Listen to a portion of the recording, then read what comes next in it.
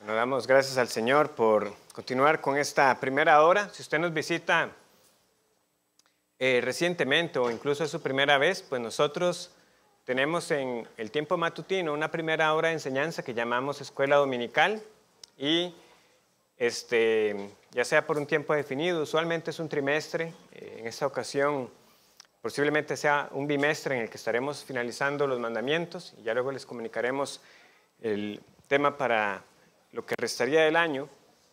Estamos estudiando los 10 mandamientos. Entonces, ha sido un estudio que ha tomado varias lecciones. Entonces, hoy estamos finalizando el 9º mandamiento y posiblemente empezaremos con parte del 10º. Entonces, como parte de esas consideraciones o cómo aplicar el 9º mandamiento acerca de no dar falso testimonio, estábamos viendo esta relación estrecha que a veces hay entre el chisme y la falta de la iglesia en no seguir debidamente los pasos de Mateo 18 para la disciplina eclesiástica.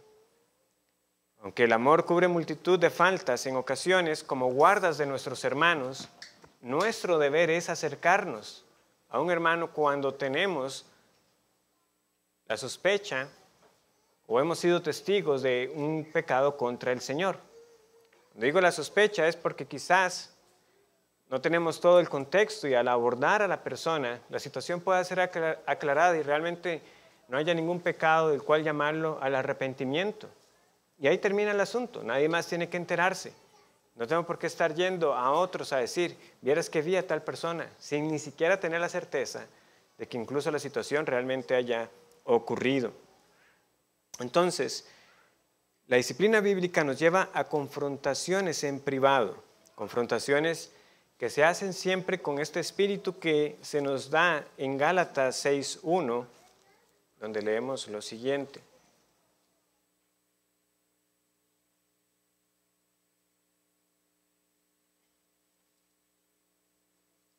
Hermanos, si alguno fuere sorprendido en alguna falta, vosotros que sois espirituales, restauradle con espíritu de mansedumbre, considerándote a ti mismo, no sea que tú también seas tentado.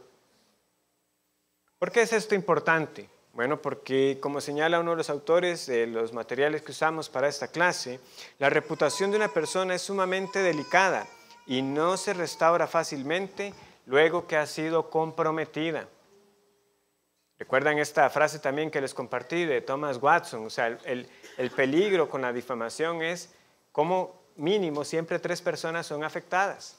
No solamente la persona de la que se habla, pero también el que escucha el reporte, porque estamos poniendo en su cabeza ideas respecto a alguien. Y si luego no resultó ser verdadero, hemos en efecto dañado la reputación de esa persona. ¿Y cómo deshacer eso? Hay personas que viven con cierta fama de algo que realmente nunca pasó. Estamos hiriendo a alguien cuando hablamos lo que no es cierto de ella. Por eso es crucial que las iglesias tengan una disciplina formal. No solo es una marca de una iglesia esencial de una iglesia. Recuerdan que históricamente hemos visto cómo se establecen 3 marcas básicas para una congregación, que es la predicación del evangelio, la celebración de las ordenanzas, el bautismo y la cena del Señor, y el tercero es la disciplina bíblica. La disciplina bíblica. Por eso muchos lo resumen así. Cuando una iglesia deja la disciplina, el Señor deja esa iglesia. Nosotros debemos recordar este deber y saber cuán bueno sería para nosotros que en efecto no nos descuidemos y que muchas cosas van a quedar ahí, solo van a quedar entre las partes involucradas y continuamos adelante juntos en esta carrera cristiana. También, y por extensión, las facilidades tecnológicas de nuestros tiempos también han puesto una situación donde muchos creyentes debemos arrepentirnos del uso que hemos hecho de las redes sociales, de Facebook, de WhatsApp, de foros, donde pretendemos resolver controversias bíblicas con un comentario. Yo no he visto que eso haya dado resultado alguna vez, ¿verdad? Usted logre convencer a alguien con tan solo un párrafo de esta extensión, ¿verdad? Mostrándole el error a la otra persona. Pero a veces no es solamente el hecho de que esto se pueda hacer con la suficiente madurez y intercambiar, ¿verdad?, los argumentos. Es lo que tristemente ocurre de calificativos, de acusaciones que acompañan esas discusiones, donde son más lo que se conocen como esos argumentos ad hominem, ¿verdad?, donde son más ataques a la persona que a lo que está diciendo, ¿verdad? Y eso debería ser el centro de la discusión. O sea, es esa doctrina o esa interpretación errada. Bueno, muéstrelo con argumentos bíblicos y no ataque a la persona. No la acuse de cosas que no son o no traiga circunstancias irrelevantes.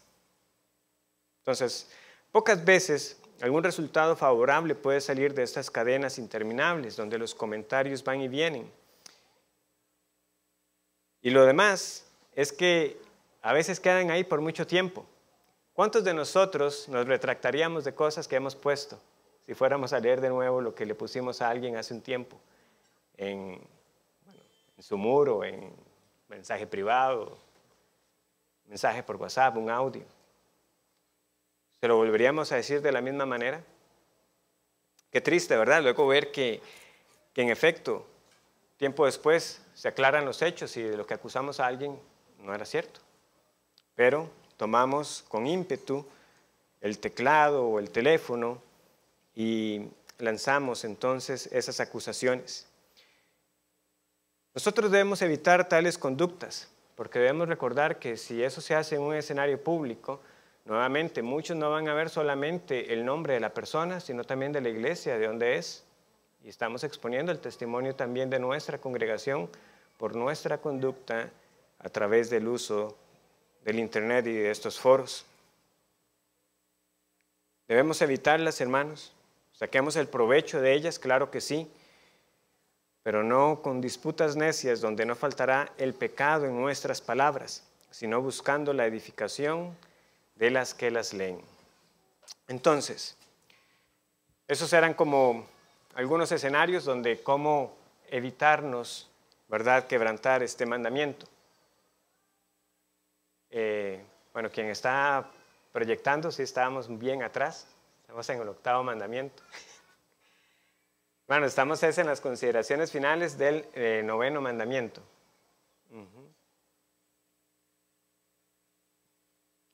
Donde está marcada en la sección de la clase 5, si la pueden encontrar. Entre tanto, bueno, cuando vimos este mandamiento, varias veces reiteramos este incidente. ¿Cuál fue? El que Jesucristo fue acusado falsamente.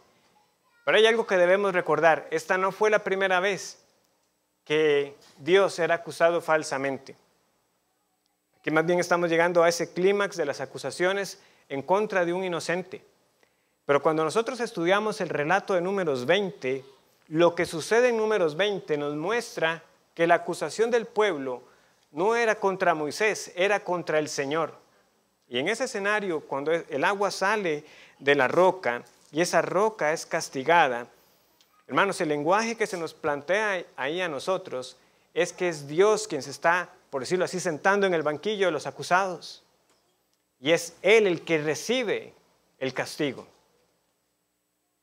Es una sombra, ¿verdad?, para nosotros. La acusación era realmente en contra de Dios y no de Moisés. Dios ordenó que tuviera lugar un juicio en el que los ancianos del pueblo fuesen los testigos.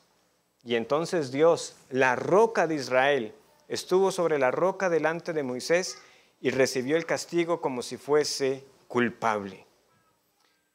Cada vez que nosotros no le creemos a Dios, es como si nosotros quisiéramos llevarle a juicio. O deberíamos entender, ¿estaríamos nosotros dispuestos a llevar a juicio a Dios cuando Él nos ha dado razones suficientes para hacernos ver que es un Dios de verdad y que cumple todo lo que promete?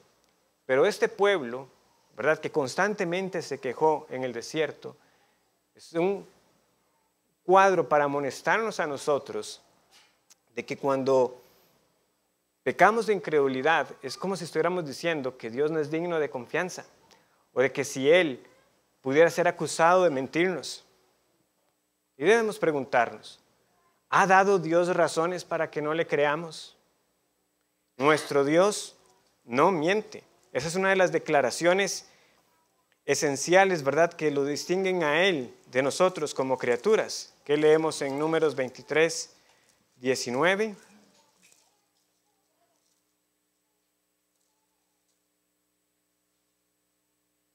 Dios no es hombre para que mienta, ni hijo de hombre para que se arrepienta. Él dijo y no hará, habló y no lo ejecutará. Dios no es hombre para que mienta.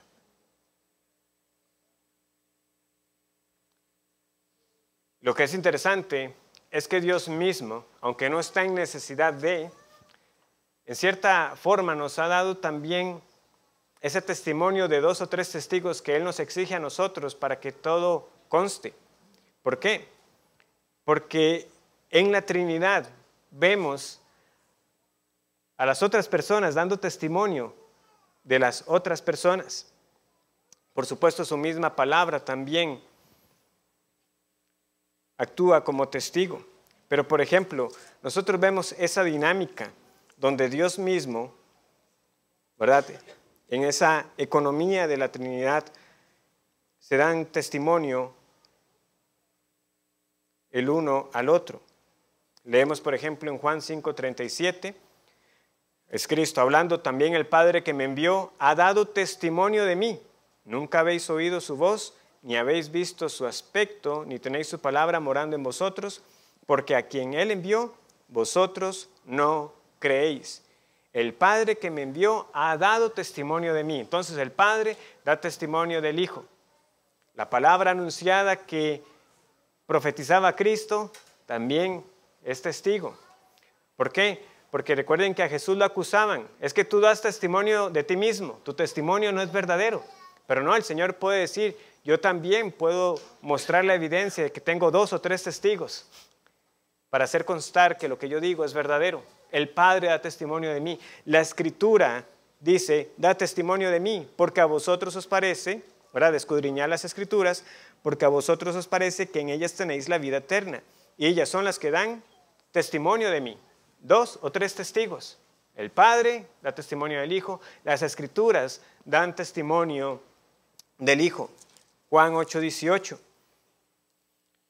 Yo soy el que doy testimonio de mí mismo, dice Cristo, y el Padre que me envió da testimonio de mí. Nadie podía acusar a Cristo de mentir.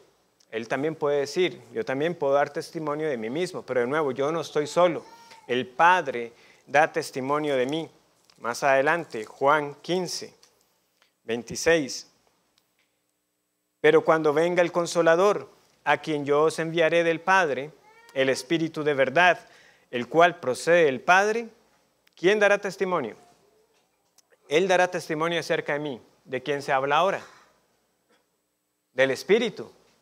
Entonces, el Padre da testimonio del Hijo, el Espíritu da testimonio del Hijo.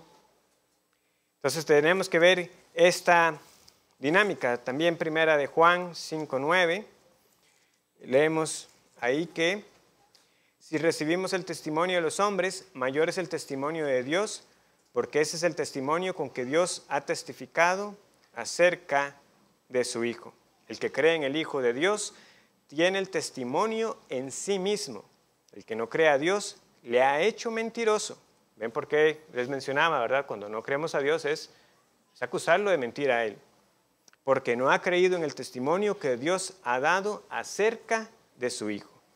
Y este es el testimonio, que Dios nos ha dado vida eterna y esta vida está en su Hijo. Dios testifica con los suyos también acerca del mensaje de salvación que proclamamos a través del Evangelio. Dios lo revela, los apóstoles lo anuncian y lo dejaron por escrito para nosotros. O sea, Él no se dejó a sí mismo sin testimonio. Y también Él testifica en nosotros a través del Espíritu Santo, ¿verdad? Porque nos dice Romanos 8:16 que el Espíritu también da testimonio a nuestro espíritu de que somos hijos de Dios. De nuevo, sería suficiente que Dios lo dijera, pero vean cómo la Trinidad constantemente vemos esta dinámica. Dios da testimonio, el Espíritu da testimonio, el Hijo da testimonio. ¿Cómo no creerle a Dios? Recuerden que la palabra es enfática. Dios no puede jurar por alguien mayor, porque no hay nadie mayor a Él mismo.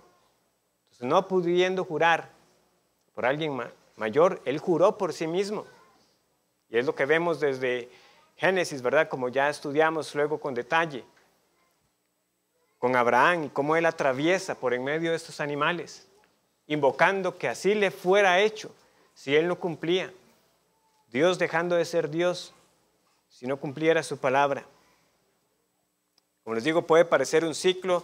El Padre da testimonio del Hijo, el Hijo testifica del Padre, el Espíritu da testimonio de los dos. Pero de nuevo, ¿por qué es todo esto? Porque Dios y solo Él puede jurar por sí mismo, pues no hay nada ni nadie que esté por encima de Él. Otra pregunta que nos hace un autor: ¿por qué no erigimos piedras u otros monumentos como testimonio, como hicieron varios santos del Antiguo Testamento? ¿Verdad? Lo estamos viendo en nuestro estudio de Génesis. Ponemos unas piedras, que esto sea el majano del testimonio, que sirva esto como pacto entre nosotros. ¿Por qué no estamos nosotros haciendo algo similar como hizo Jacob? Esto es casa de Dios en nuestras casas y ponemos un montículo de piedras. ¿Por qué no, hermanos? Estamos en un mejor pacto. Y como acabamos de leer, tenemos ahora el Espíritu mismo en nosotros como testigo de que somos hijos de Dios. No tenemos que decir como Jacob que este lugar es casa de Dios. No, Dios está morando ahora en nosotros a través del Espíritu Santo. Además, como les dije, no solamente Dios se reveló en el pasado, sino que ahora dejó por escrito su divina voluntad. Dijo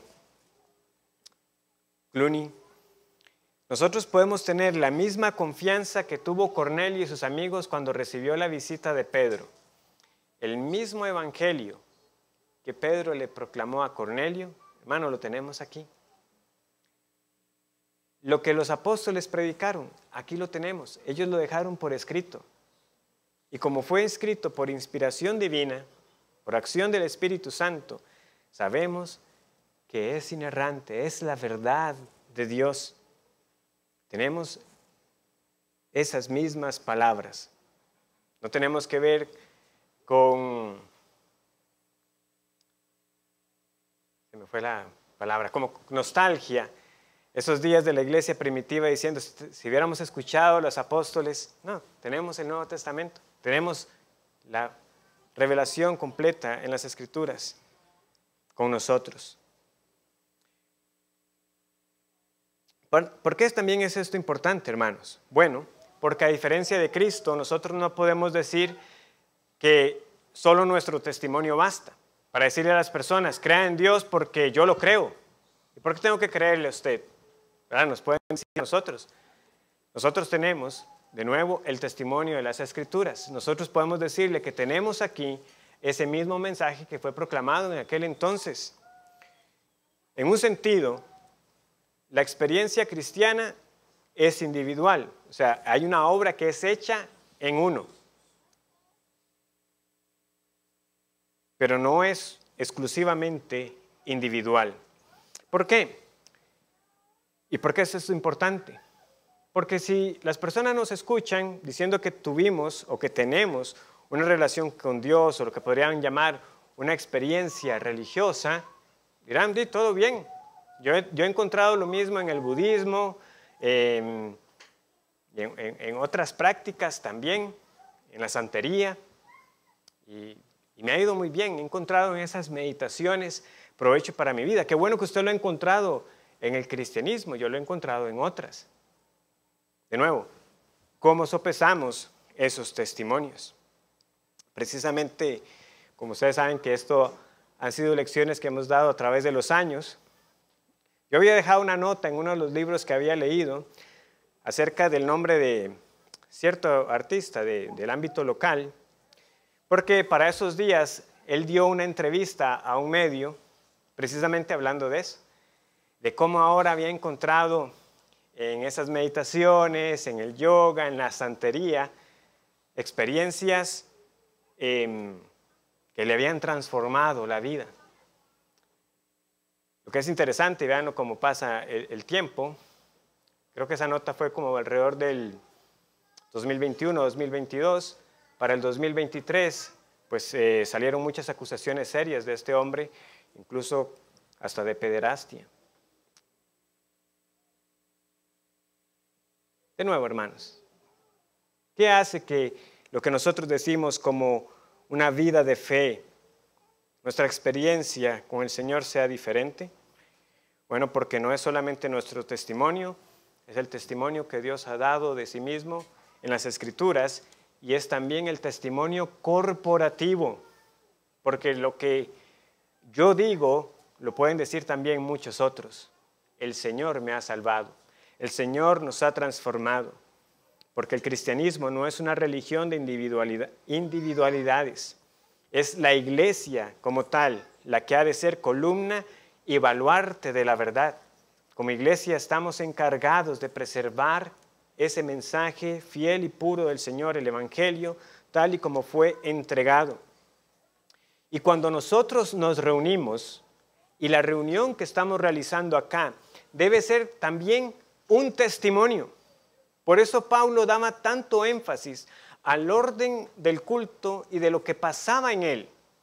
Porque él decía, bueno, todo tiene que ser hecho en orden, todo tiene que ser hecho en edificación, pero también Pablo consideraba el hecho del testimonio, que si alguien de afuera venía y veía lo que estaba ocurriendo en la iglesia de Corinto, ¿cómo? Iba a decir, ¿y dónde está Dios en medio de esta reunión? Yo los invito a que busquen conmigo 1 Corintios 14.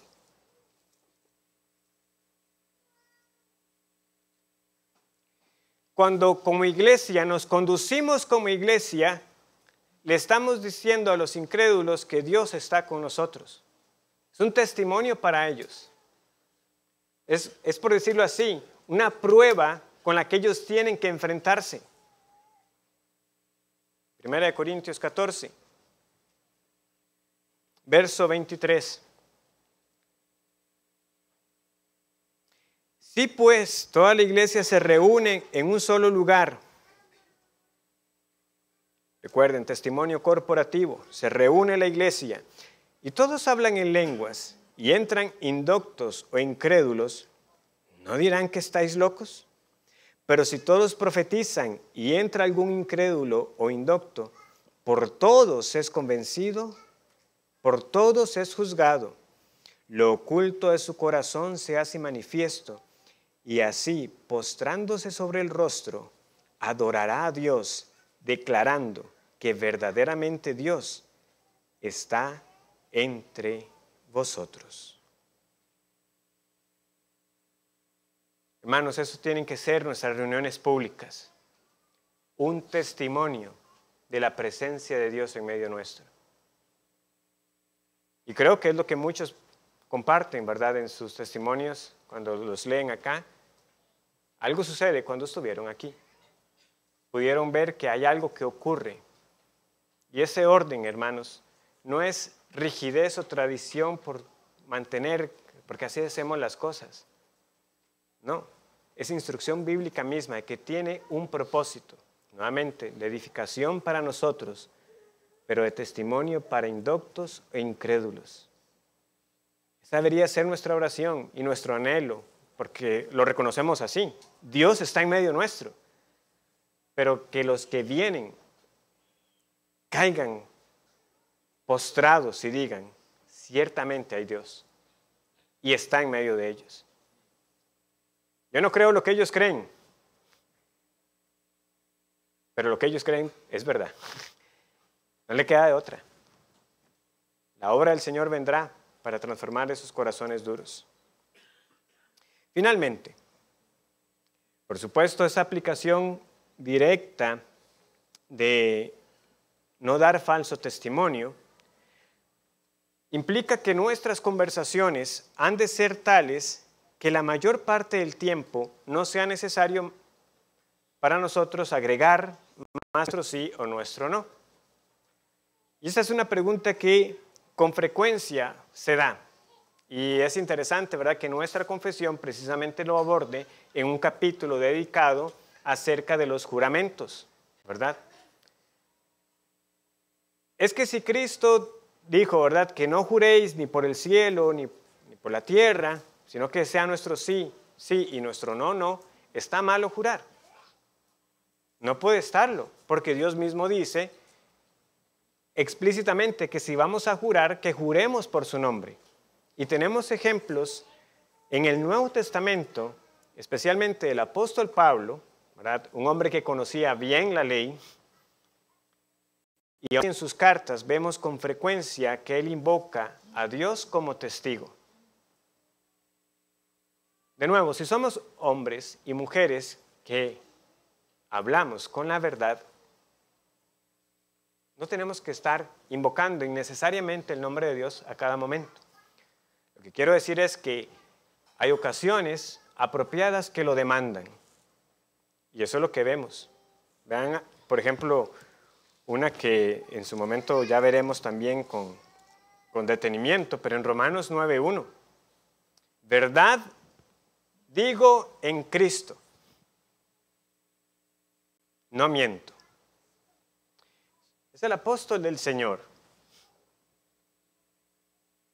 No tiene por qué decirlo, diría alguno, y sin embargo lo añade. Lo que voy a decir, Cristo es mi testigo, yo no estoy mintiendo. Y mi conciencia me da testimonio en el Espíritu Santo, que tengo gran tristeza y continuo dolor en mi corazón. ¿Cuál es esa frase que demanda poner a Cristo como testigo? Porque deseara yo mismo ser anatema, separado de Cristo, por amor a mis hermanos. Sí. Es increíble para mí siempre esto que Pablo está diciendo. Él agrega, para que no nos quede duda, de que él no está buscando impresionarnos, él está diciendo la verdad. Segunda de Corintios 3:11.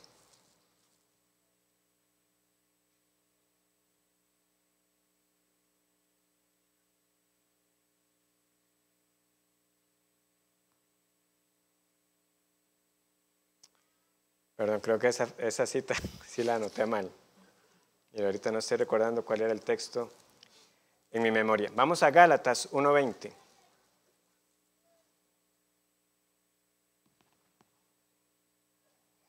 En esto que os escribo, he aquí delante de Dios que no miento. Nuevamente, Pablo invoca a Dios como su testigo. Y un último ejemplo lo tenemos en Primera de Timoteo, en su primera carta a Timoteo 2:7. Para esto yo fui constituido predicador y apóstol. Digo verdad en Cristo, no miento. Y maestro de los gentiles en fe y verdad. Entonces, como vemos en ocasiones puntuales, Pablo defendiendo su apostolado recibido directamente de parte del Señor y lo invoca como testigo. No es inapropiado, es simplemente que nosotros debemos estar atentos. ¿Por qué debería yo estar invocando a Dios como testigo? Es por un patrón conocido de que digo y que no cumplo, y para que me crean, ahora sí, tengo que agregarle algo más. ¿O son esas ocasiones solemnes delante del Señor que puedo decir, no estoy haciendo un uso inapropiado del nombre del Señor, lo traigo como testigo? Y eso es así, hermanos, desde pequeño uno lo va viendo. He estado tratando con mis hijos precisamente eso, que uno los escucha en sus conversaciones, pero dígame la verdad, allá entre ellos. No, es que tú no tienes que decirle eso, lo que tú le preguntas y lo que te conteste tiene que ser la verdad. puede dar gracia, hermanos, pero es que así es como constantemente estamos nosotros sembrando esa desconfianza. En vez de fomentar que en esta casa hablamos con la verdad y vamos a creer que es así. Y el Señor, que es el Dios de la verdad, sacará a la luz cuando hay mentira. Muy bien. 10º mandamiento. Llegamos finalmente al último mandamiento de la tabla de la ley. Dice Éxodo 20:17, no codiciarás la casa de tu prójimo, no codiciarás la mujer de tu prójimo, ni su siervo, ni su criada, ni su buey, ni su asno, ni cosa alguna de tu prójimo. En Deuteronomio 5:21, muy similar, hay un cambio a veces en el orden. Leemos en Deuteronomio 5:21, no codiciarás la mujer de tu prójimo, ni desearás la casa de tu prójimo, ni su tierra, ni su siervo, ni su sierva, ni su buey, ni su asno, ni cosa alguna de tu prójimo. Como lo resume Pablo en Romanos 7, el mandamiento lo podemos decir simplemente como no codiciarás. Si la ley no dijera no codiciarás, yo no sabría lo que es la codicia. Pero conociendo siempre las inclinaciones de nuestro corazón, no codiciarás. ¿Y qué? No, para que no le quede duda, nada. Nada de su prójimo. Por supuesto, diría uno, bueno, el cónyuge, o sea, la mujer de tu prójimo, ni la casa, ni la tierra, ni el burro. Eso es en aquella época, ahora piense usted en los tiempos de ahora, la casa, el carro, el vestido, nada de su prójimo. Por eso podemos decir que este es el mandamiento de corazón, que trata con el corazón por excelencia, porque trata con las intenciones mismas. Dice Edmund Clooney, este mandamiento no advierte simplemente a los israelitas que no roben las posesiones de otros. Va más allá y requiere al pueblo de Dios que ni siquiera deseen lo que les pertenece a otros. No se centra en acciones, sino en actitudes. Habla no solo de lo que hacemos, sino de lo que queremos hacer. De todos los mandamientos relacionados con el prójimo, es el único que el prójimo no puede ver, pero Dios sí. O es el que el prójimo no puede ver hasta que esa codicia se transforma en acción. Y es evidente para los otros de que hay algo más en nuestros corazones. Ahora, cuando decimos esto de que es el mandamiento que trata con el corazón por excelencia, no estamos diciendo que los otros mandamientos no tengan que ver con el corazón. John Frame nos recuerda, ahora Cristo lo hace enfático, especialmente en el Sermón del Monte. O sea, todos los otros pecados también que cometemos contra la ley de Dios empiezan en el corazón, tienen que ver con el corazón. Para asesinar a alguien primero hay que desear asesinarlo. Y esas ofensas, esa ira, es el comienzo de una intención pecaminosa. Para cometer adulterio, primero hay que desear a la pareja de otra persona. Y Jesús identifica ese deseo con la lujuria. Cualquiera que mira, ¿verdad?, para codiciar en su corazón. No, por supuesto. Ustedes han visto esas respuestas amplias de los catecismos. Hemos visto las aplicaciones que hermanos en la fe a través de la historia han hecho de los mandamientos. ¿Por qué? Porque estamos claros que no se limitan a actos externos. Para robar, primero hay que desear robar. ¿Pero dónde empieza todo esto? Bueno, el 10º mandamiento lo hace explícito. Todo deseo de pecado, también en sí mismo, es pecaminoso. No solo cometer el acto, sino querer cometerlo. Jesús resalta este aspecto en su enseñanza, como les digo, pero en sí mismo no era una novedad. Ya el Señor a través de Moisés fue muy claro que lo que él buscaba era tratar con nuestros corazones. Por ejemplo, en Deuteronomio 6, en la conocida declaración de la Shema, tenemos estas palabras.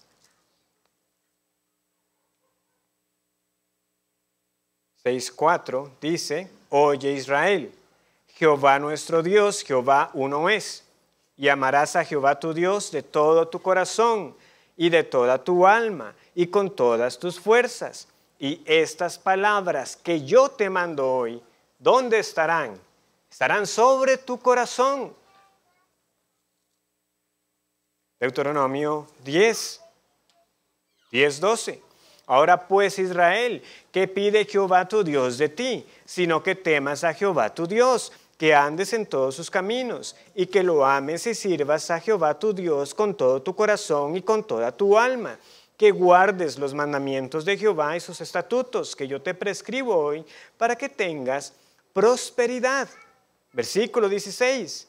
Circuncidad pues el prepucio de vuestro corazón y no endurezcáis más vuestra cerviz. Qué palabras más claras. Justamente en los devocionales familiares estamos pasando por Deuteronomio y aquí en Deuteronomio 10:16 le decía a los chicos, vean, estas palabras para este pueblo tenían que ser como las palabras de Cristo para Nicodemo, cuando le dijo que tenía que nacer de nuevo. Circuncidad vuestro corazón, el prepucio de vuestro corazón. Pero ¿y cómo hace uno eso? Señor, ¿cómo circuncido mi corazón? O sea, ellos entendían claramente a qué se refiere esa expresión. O sea, el ser interior.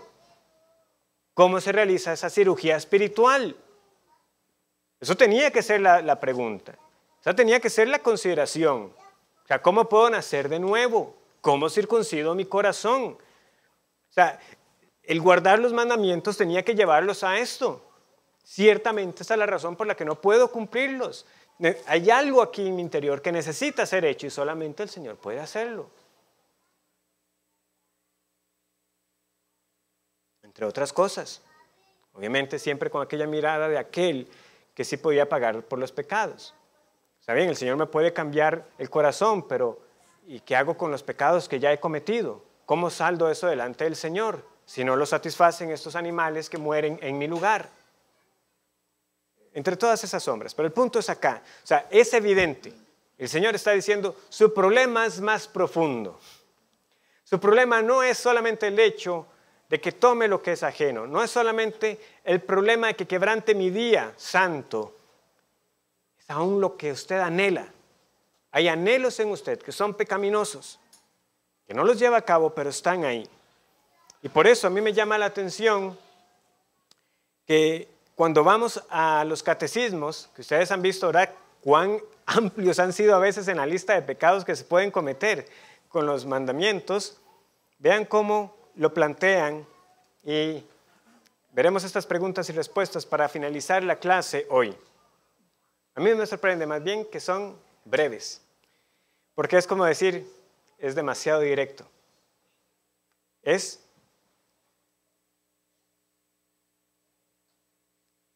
su corazón mismo el que es expuesto acá.